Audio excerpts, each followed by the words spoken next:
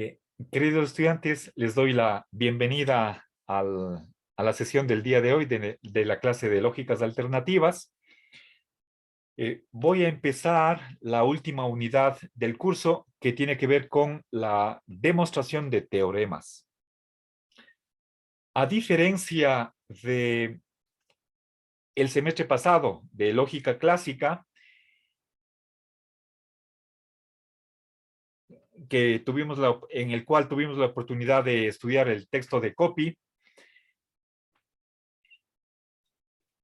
en ese semestre nosotros teníamos en el capítulo 3 y 4 unas pocas reglas de inferencia. A ver, en un número de aproximadamente unas 10, y con eso nosotros más unas equivalencias lógicas que no eran igual tan numerosas, éramos capaces de realizar demostraciones, ¿sí? A partir de determinadas premisas. ¿Qué pasos intermedios tengo que dar para llegar a una conclusión? Eso sabemos cómo hacerlo en una lógica que tiene solamente dos valores de verdad y que rechaza la contradicción. Ahora vamos a realizar ejercicios también de demostración, pero no según ese método que tuvimos la oportunidad de ver en Copy, que es el método que se llama de deducción natural, sino en un método axiomático. ¿En qué consiste este método? En que hay ciertas verdades que se postulan sin demostración. Esos son los axiomas, ¿sí?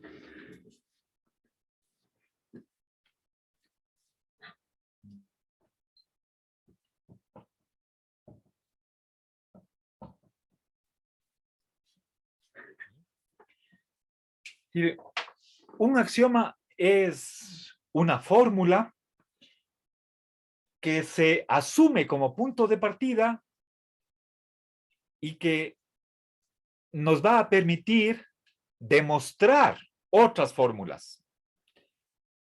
Vamos a tener una regla de inferencia primitiva que se la da por sentada que es válida, pero, o bueno, un par de reglas, pero la segunda no la vamos a utilizar en la lógica sentencial.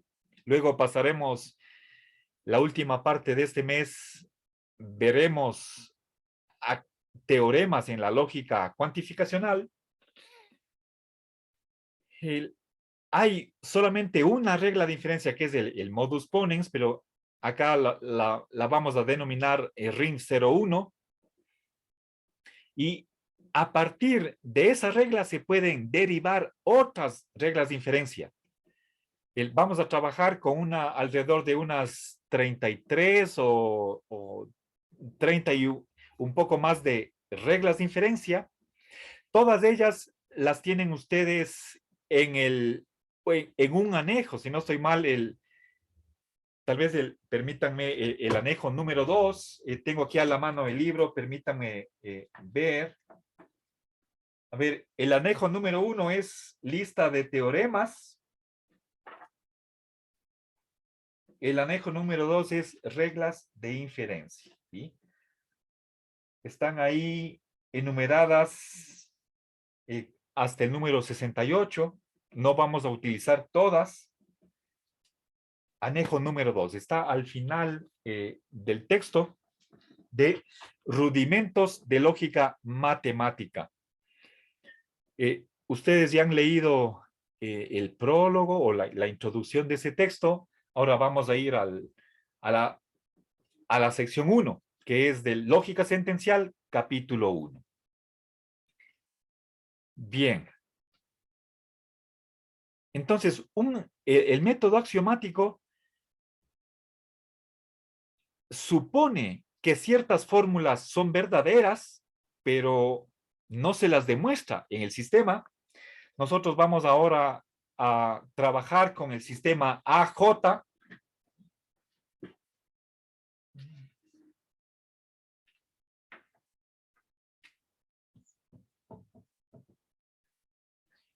para lógica sentencial y utilizaremos el sistema AQ para la lógica cuantificacional.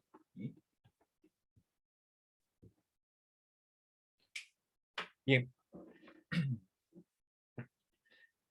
Ahora, voy a compartirles la pantalla, permítanme un ratito. Y por favor, les pido, háganme acuerdo de reactivar la filmación.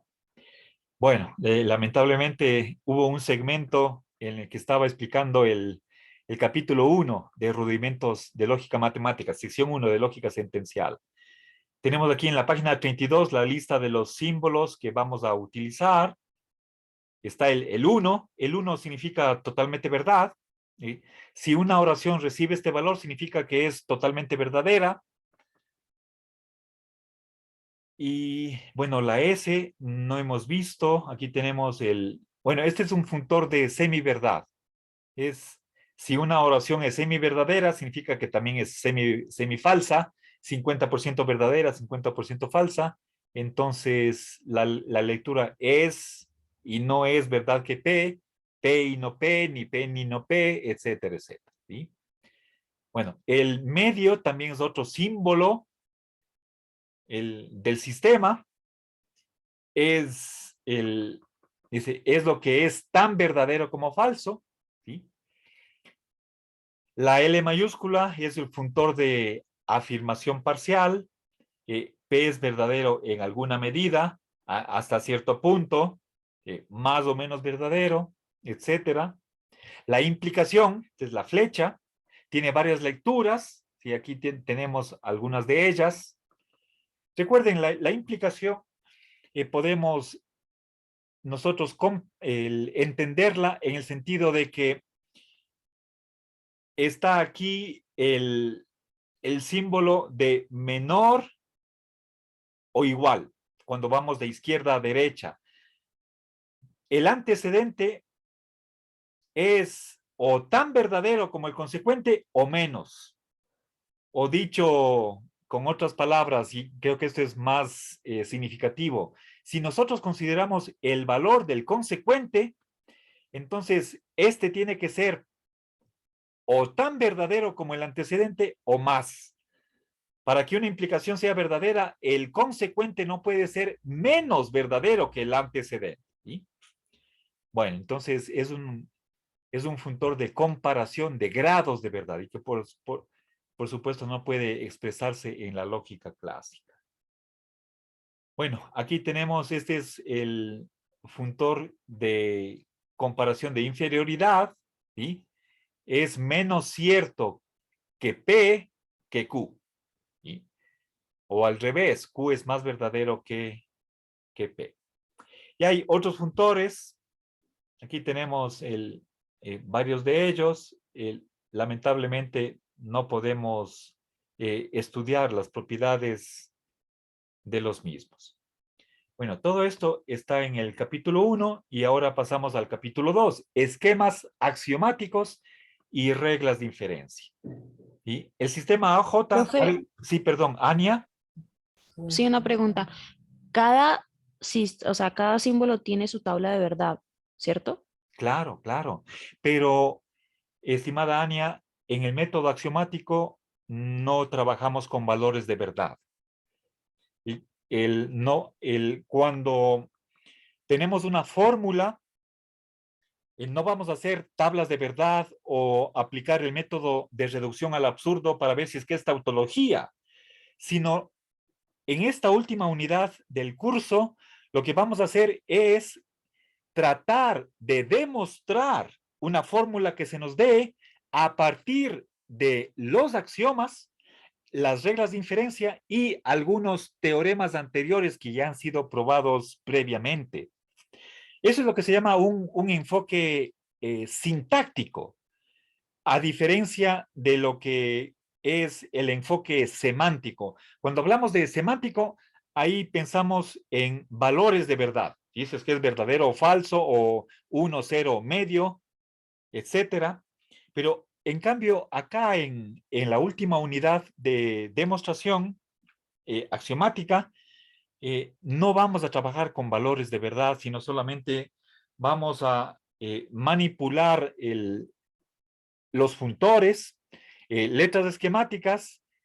Por supuesto, sabemos qué significa cada una de esas fórmulas y dada una fórmula, la tomamos como que es la conclusión de un argumento y nosotros tenemos que ver a partir de ciertas premisas que nos van a ser dadas, qué camino seguir para llegar a la conclusión que nos está también dada, utilizando qué reglas de inferencia.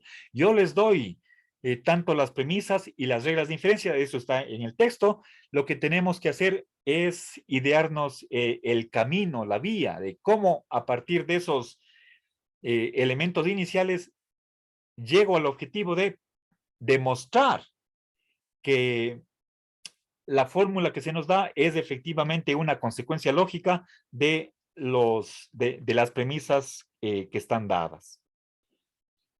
¿Sí? Entonces, aquí no aparecen tablas de verdad. Eso está en Introducción a las lógicas no clásicas. Es el otro texto que hemos usado.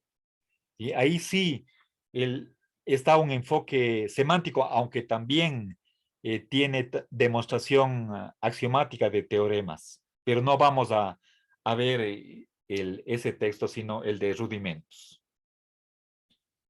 ¿Y Ya ves, alguna otra pregunta, tal vez? ¿No? Bueno, aquí veamos página 35. Tenemos los axiomas. Por supuesto, estos, fíjense, tenemos aquí axioma A01, axioma A02 y axioma A06. Son 6 axiomas en total. Pero el axioma 2, fíjense, tiene aquí una conjunción con punto reforzante, otra conjunción con punto reforzante y una tercera conjunción con punto reforzante. ¿Sí? En realidad aquí tenemos 3 fórmulas que están conjuntadas. Y así también en el axioma 03, conjunción con punto reforzante, lo mismo acá, acá y acá. Y así, todos estos, excepto el axioma 01, perdón, el resto son conjunciones de fórmulas. O sea, si nosotros aplicáramos la simplificación, entonces del axioma 02 saldrían 4 conjuntos, 4 fórmulas. Entonces, en realidad, en el axioma A02 están 4 axiomas. ¿Sí?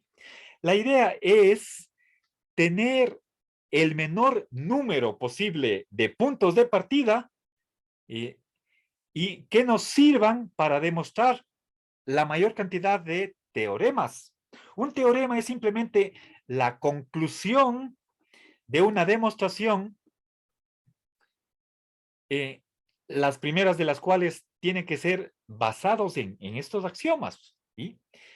Otras demostraciones no contendrán axiomas, sino teoremas previamente demostrados. ¿Sí?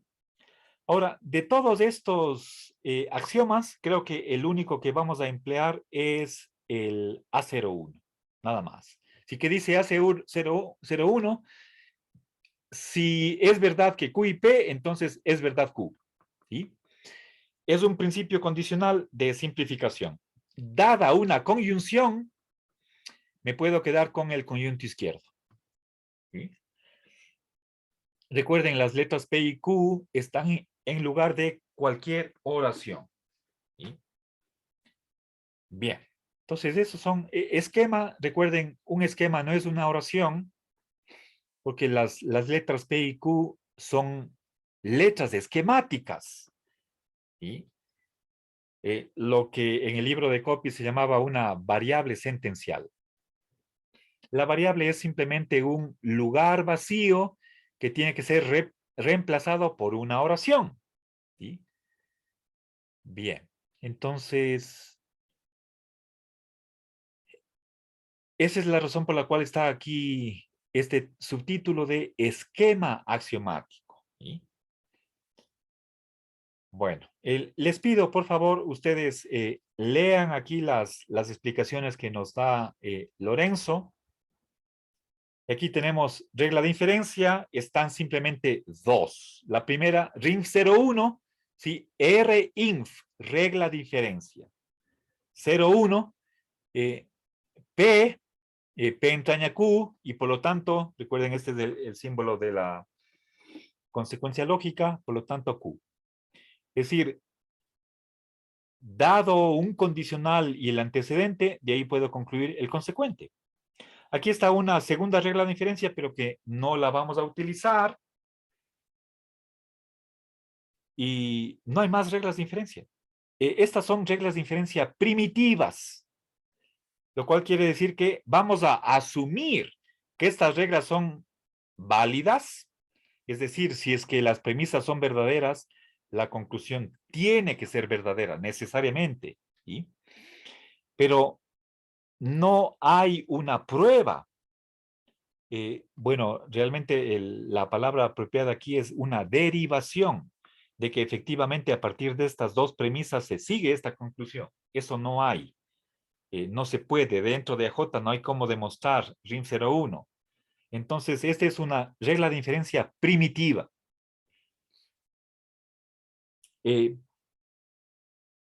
Y pasamos al capítulo 3, desarrollo del sistema. ¿Sí? Ahora veamos, hay unas pequeñas indicaciones que tengo que indicarles. A ver, les pido por favor ustedes lean esto, si quieren subrayen, apliquen el método del subrayado multicolor. Estamos en la página 36, capítulo 3.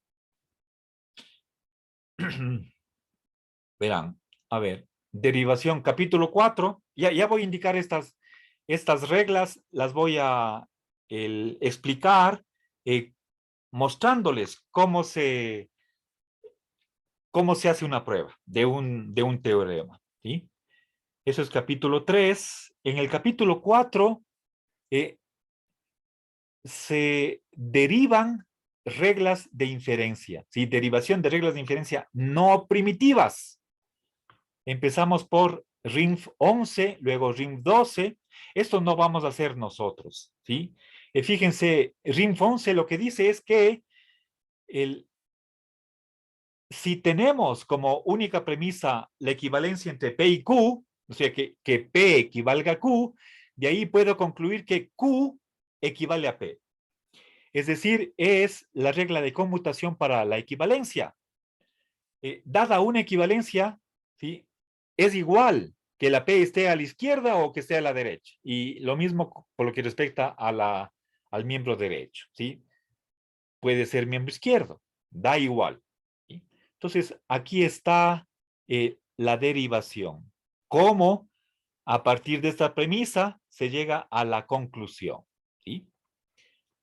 Bueno, están aquí entonces la derivación de las reglas de inferencia a partir simplemente de las dos que son primitivas. Seguimos, estamos página 42.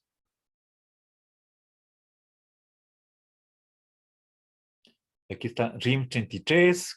Fíjense, por ejemplo, si P entraña Q y Q entraña R, entonces de ese par de premisas concluimos que la primera oración entraña la tercera.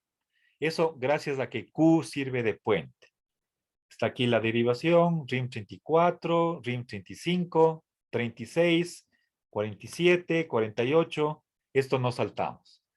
Y llegamos así a la página 45. Ahí está el capítulo 5, algunos principios fundamentales sobre la equivalencia. ¿Sí? Bien, entonces aquí tenemos los teoremas. ¿Sí? Fíjense, primero, el capítulo 5 versa sobre la equivalencia. Entonces, en este capítulo se demuestran propiedades que tiene la equivalencia. A ver, fíjense, por ejemplo, aquí está el axioma A01. Está aquí la prueba y veamos, les voy a explicar aquí el cómo entender estas pruebas, estas demostraciones. Bien, en primer lugar, fíjense, tenemos a mano izquierda, entre paréntesis, un número. Luego, en la mitad tenemos una fórmula escrita en notación a lo Church y a mano derecha la justificación. Bueno, esto no es novedad. Asimismo, operábamos nosotros el semestre pasado, pero noten una diferencia que la primera línea no tiene como nombre el número 1 encerrado entre paréntesis, sino que empieza con el 2. Eso en todas las pruebas. ¿Sí? Ninguna, la primera línea de la prueba no es número 1, sino el 2. La razón de eso es que es un símbolo del sistema, el número 1, que representa la verdad total, lo que es 100% verdadero. Entonces, para evitar confusiones, Lorenzo ha creído conveniente que ninguna línea de una prueba se nombre con el número 1. Y puesto que también el número 0 es un valor de verdad, significa lo totalmente falso, Lorenzo no utiliza el número 0 en ninguna línea para que sirva para formar el nombre de ninguna línea en las pruebas. Por lo tanto, eso significa que no vamos a tener el número 10, ni tampoco del 11 al 19, tampoco el 20, porque ahí aparece un 0, sino que del número 9 nos saltamos al número 22. ¿Sí? Bien, ahora fijémonos aquí en la conclusión A101. Tenemos simplemente dos líneas, la 2 y la 3, y a la final, en la tercera línea, demostramos el teorema A101. En vez de escribir toda esta fórmula condicional, que tiene tanto a mano izquierda como a mano derecha equivalencias, simplemente escribimos A101. A101 es el nombre de esta fórmula que está acá. ¿Sí? Y en la parte de la justificación, ¿qué está? Axioma A03, la línea 3 de esta prueba más RIM01. ¿Sí? Y bueno, así vamos. Ya, obviamente tenemos que hacer ejercicios. Empezamos ya inmediatamente con eso. Aquí les estoy dando simplemente las reglas generales, las normas para ver cómo se construyen las demostraciones. Bueno, en cada página hay dos columnas, ¿sí? Fíjense, por ejemplo, acá a mano izquierda A104, a mano derecha A105. Entonces, imagínense que aquí hay una división, ¿sí? Sería más claro si estuviera aquí una línea vertical, pero ya les anticipo que a mano izquierda tenemos una prueba, ¿sí? Fíjense, el A104 es el principio de identidad, P equivale a P.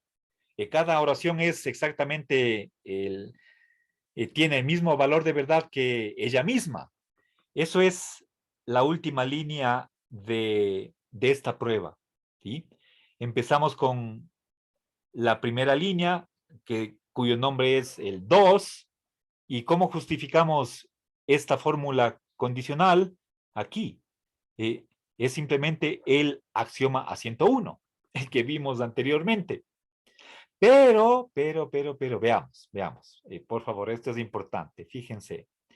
El A101 que dice, fíjense, el A101 es un condicional y a mano izquierda, ¿qué tenemos? Tenemos una equivalencia y a mano derecha tenemos otra equivalencia. ¿Sí? Vamos a ver dónde está el A101. Aquí está. Esto es A101.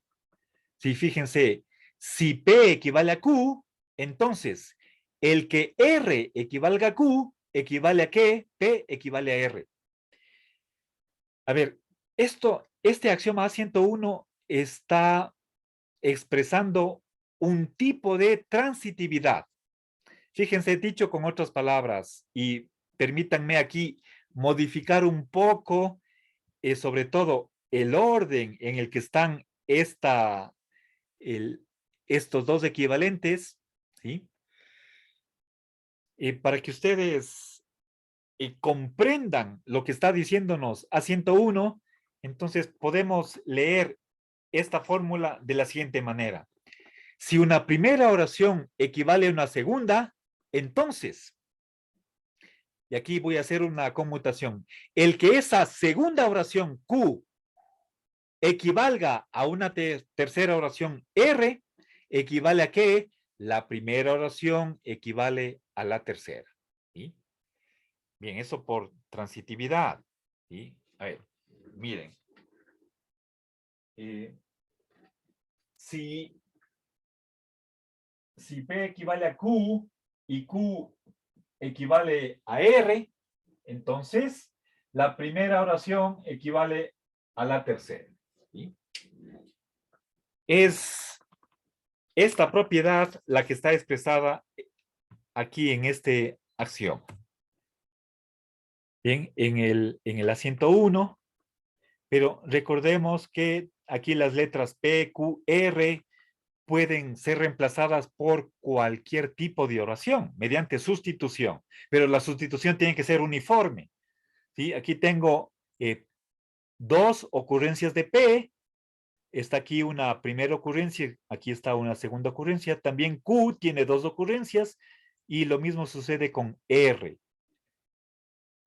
Profe, ¿eso no es silogismo hipotético? Cuando Bueno, eso dos era iguales. para cuando tenemos, a ver, el silogismo hipotético está expresado en forma de regla de inferencia y tanto las premisas como la conclusión eran condicionales.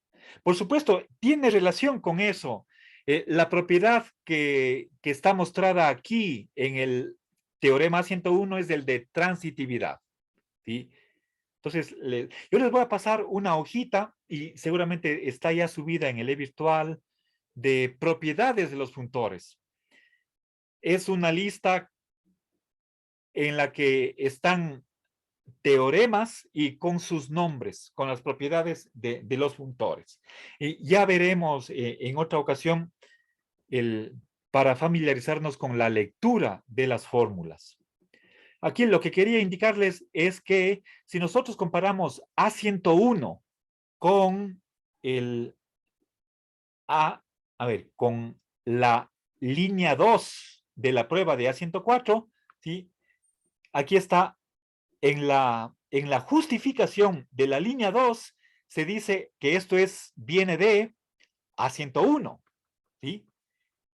Nosotros entonces, si comparamos esta fórmula número 2, la que está aquí, la que estoy mostrándoles con a ver, un ratito, voy a tratar de aumentar el tamaño. Ay, creo que se me fue mucho. A ver, fíjense, A101, perdón, esta fórmula que yo tengo escrita aquí es la número 2. El nombre de esta fórmula es 2. ¿Cómo se justifica? A partir de A101. ¿Sí? ¿Qué dice A101? ¿Sí? A101 está acá. A101 me dice que si P equivale a Q, entonces el que R equivalga a Q, equivale a que la primera oración equivale a la tercera. ¿Sí? Lo que está acá abajo en la línea 2 es una instancia.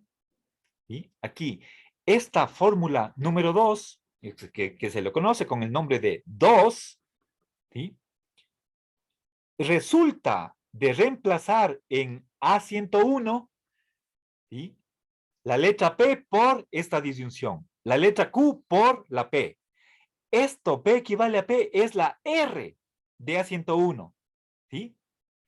Entonces, como la R aparecía 2 veces, a ver, entonces tengo que hacer una sustitución uniforme. Bueno, eso ya veremos en los casos que tengo preparados para empezar la próxima hora, después del receso. Y eso es todo, ¿sí? Ahora, si es que, bueno, verán, entonces, eh, aquí tenemos demostración de A104, A105, después viene A106 y luego viene un comentario, ¿sí? A ver, entonces, regresemos. Aquí está el capítulo quinto, que empieza en la página 45. El, hay, en esta página están 3 demostraciones. Luego en la página 46, 3 demostraciones más. Y luego viene un comentario. Les pido, por favor, lean esto para la próxima clase, como deber, y subrayen, porque aquí está la explicación de cómo se pasa de una línea a la siguiente, ¿sí? Eso obviamente yo lo voy a hacer con los ejemplos que he seleccionado, mucho más sencillos, ¿sí? Y bueno, aquí se ponen ejemplos de lo que significa cada fórmula. Entonces, por favor, léanse la explicación de la página 46, que se refiere a las pruebas anteriores, ¿sí? Empezando desde la A101. Bueno, después de esta explicación, bueno, aquí viene A102, A103, A104, sigue, después viene A105 y prosigamos. Aquí retoma las pruebas, A107, A108, 109, 110, etcétera. ¿Sí? Bien, ahora quiero, y fíjense, por ejemplo, a ver, miren aquí. Tenemos la prueba de A113. El que P equivalga a Q, ¿equivale a qué? No P equivale a no Q. ¿Sí? A114 se diferencia de A113 en simplemente que en lugar de que el funtor principal sea una equivalencia, acá es un condicional. Y no se da la prueba de A113 y tampoco de A114. Pero entre paréntesis se menciona la justificación. ¿De dónde sale A113? De A112 más RINF 11. ¿Sí? Entonces, tengo que ver cuál es A112, está aquí arriba, y cuál es RINF 11. Si nosotros comparamos A112 y A113, simplemente vamos a ver que lo que hacemos a 112 es conmutación. Lo que está a mano derecha en A112, P equivale a Q, en A113 está a mano izquierda y viceversa. Lo que en A112 es miembro izquierdo, en A113 está a mano derecha. ¿Sí? Entonces, no hay la demostración de A113 y solamente entre paréntesis consta cómo uno puede reconstruir la prueba con estos 2 elementos. ¿Sí? Lo mismo para A114, de modo que no vamos a tener las demostraciones de todo. Bueno, aquí también fíjense, en A111 está, no hay la prueba de A111, pero el libro me indica cómo podemos hacer la prueba. ¿Sí? Bueno, ¿qué más? Sigue así a 116, 117, 120, no hay la prueba y continuamos. ¿Sí? Bueno, nuevamente aquí hay otros teoremas cuyas pruebas hay que reconstruir. Eso se deja como ejercicio para el lector. Bueno, yo tengo mis propios ejercicios. No es que vamos a seguir las sugerencias que nos hace Lorenzo. O sea, son pruebas sencillas, por eso no está en el texto. ¿Sí? Entonces son pruebas que pueden hacerlas el lector. Bueno, ahora fíjense otra cosita más. Veamos la prueba de, perdón, tenemos aquí la prueba de, a ver un ratito, quiero subirle un poquito. Ya, prueba de A131, ¿sí? Empezamos con la línea 2 y llegamos hasta acá. Sí, fíjense, el que sea verdad que P o Q y P equivale a P, ¿sí? Bien, ahora, eso es A131, pero fíjense la última línea de la prueba, que es el teorema que se trata de demostrar, no lleva un número a mano izquierda. ¿Sí?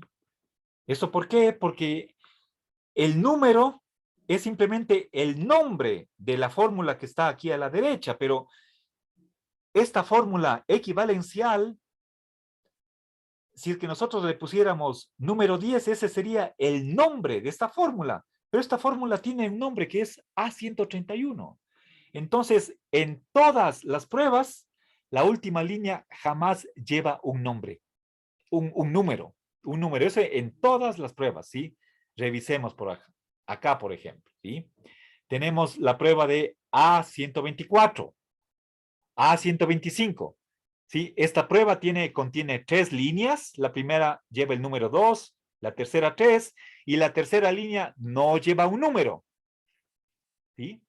Eso, por favor, es entiéndanlo así, está explicado al comienzo de este capítulo 5. Lo que no puede faltar es aquí la justificación. ¿De dónde salió esta última línea?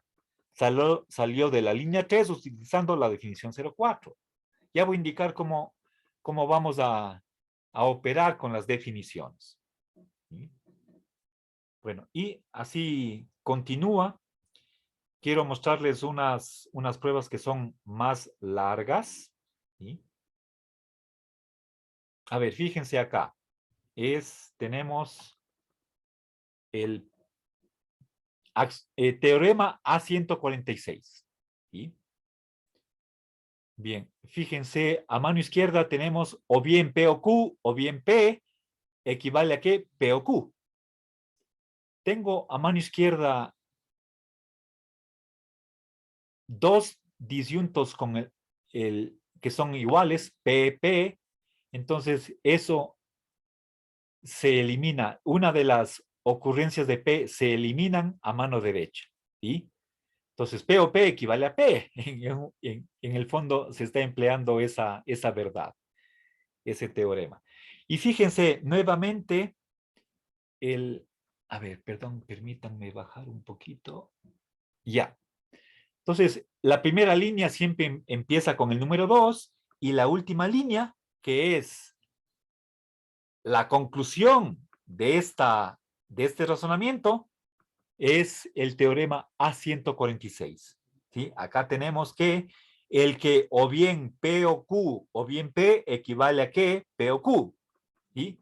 Aquí está la justificación de dónde salió a partir de la línea 5, de la línea 22 más RIM 15. ¿Sí? Y esta línea no tiene a la izquierda un número. ¿Sí? En vez de eso, hubiéramos puesto aquí A146, que ese es el nombre de esta fórmula equivalencial. ¿Sí? Fíjense cómo del número 9 nos saltamos al 22.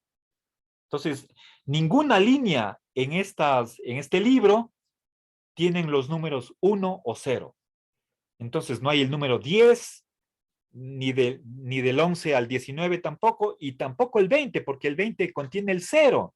Y para no confundirnos el nombre de una fórmula con el número 0 que está refiriéndose a lo totalmente falso, Lorenzo, por facilidad, por simplicidad, ha decidido eliminar de la numeración de las líneas de la prueba todos los números que contengan el 1 o el 0. Entonces, no se admiren que del 9 nos saltamos al 22, ¿sí? Por favor. Eso está explicado al comienzo del capítulo. Les pido que ustedes lean eso, ¿sí? Y con eso creo que ya tenemos todos los elementos para poder ya... Ah, otra cosa más. Fíjense aquí, vamos a en A149, en A149 raya 1, estamos viendo que están aquí estas dos letras que parecen raras, y pertenecen, voy a agrandarles para que ustedes vean mejor. ¿Ya? Esta letra es la sigma griega y acá tenemos la delta griega. La sigma está en lugar de miembro izquierdo y la delta es por que en latín derecha se dice dextera, en latín izquierda se dice siniestra, y de ahí la selección de estas dos letras del alfabeto griego, sigma y delta, en minúsculas. Sigma 2 significa miembro izquierdo de 2, ¿sí? Entonces, si nosotros, a ver, permítanme, voy a achicar otra vez ya. Aquí miren, en la línea 4, el funtor principal es la equivalencia y tenemos como miembro derecho sigma 2. ¿Qué significa sigma 2? El miembro izquierdo de la línea 2. Esto de acá, el equivalente izquierdo. ¿Qué significa delta 2? El miembro derecho de la oración 2 o la línea 2. Entonces, estas son tanto la sigma como la delta que están precediendo a un número. El número se refiere, y está sin paréntesis aquí, el número se refiere a el nombre de la fórmula, ¿sí? En la línea respectiva. ¿Sí? Sigma es izquierda, del miembro izquierdo, delta es miembro derecho. ¿Sí? ¿Por qué utilizamos esto? Simplemente para facilidad de visualización. E incluso nosotros, ustedes comprenderán que en vez de escribir una línea larga, en este caso tenemos simplemente dos funtores, tres letras esquemáticas, es algo pequeño, pero cuando miembro izquierdo y derecho son más grandes, entonces conviene utilizar una abreviatura para ese miembro izquierdo y miembro derecho, ¿sí? Entonces, para eso utilizamos sigma y delta. Eso ya lo está haciendo aquí Lorenzo en A149. Posiblemente ya lo hizo anteriormente. Fíjense, acá aparece también delta 33. ¿Sí? La fórmula 33 es una equivalencia que tiene como miembro izquierdo el miembro derecho de la línea 32. ¿Sí? La línea 32 está acá. Miembro derecho es todo esto. Fíjense, la conjunción de dos disyunciones. En vez de escribir esta fórmula, el miembro derecho de 32, simplemente ponemos delta 32. Y acá, sí, fíjense, tenemos delta 33. En lugar de escribir todo esto, simplemente ponemos delta 33. Con eso nos ahorramos trabajo. Y en vez de copiar una fórmula grande, simplemente la abreviamos con delta o sigma, más el número correspondiente. ¿Sí? Bueno, y fíjense, Sima es para la derecha. perdón, Profe, Sima es para delta, no, perdón, no, sí, no. delta es para la derecha y Sima Sí, para la izquierda. delta es para miembro derecho, sigma es para miembro izquierdo. ¿Sí? A ver, el,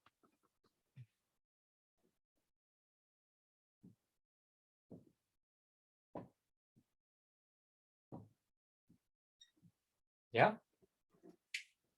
Sí, por favor, cuando ustedes, si es que por experiencia, a algunos estudiantes les resulta más fácil visualizar la oración completa, entera, sin abreviar.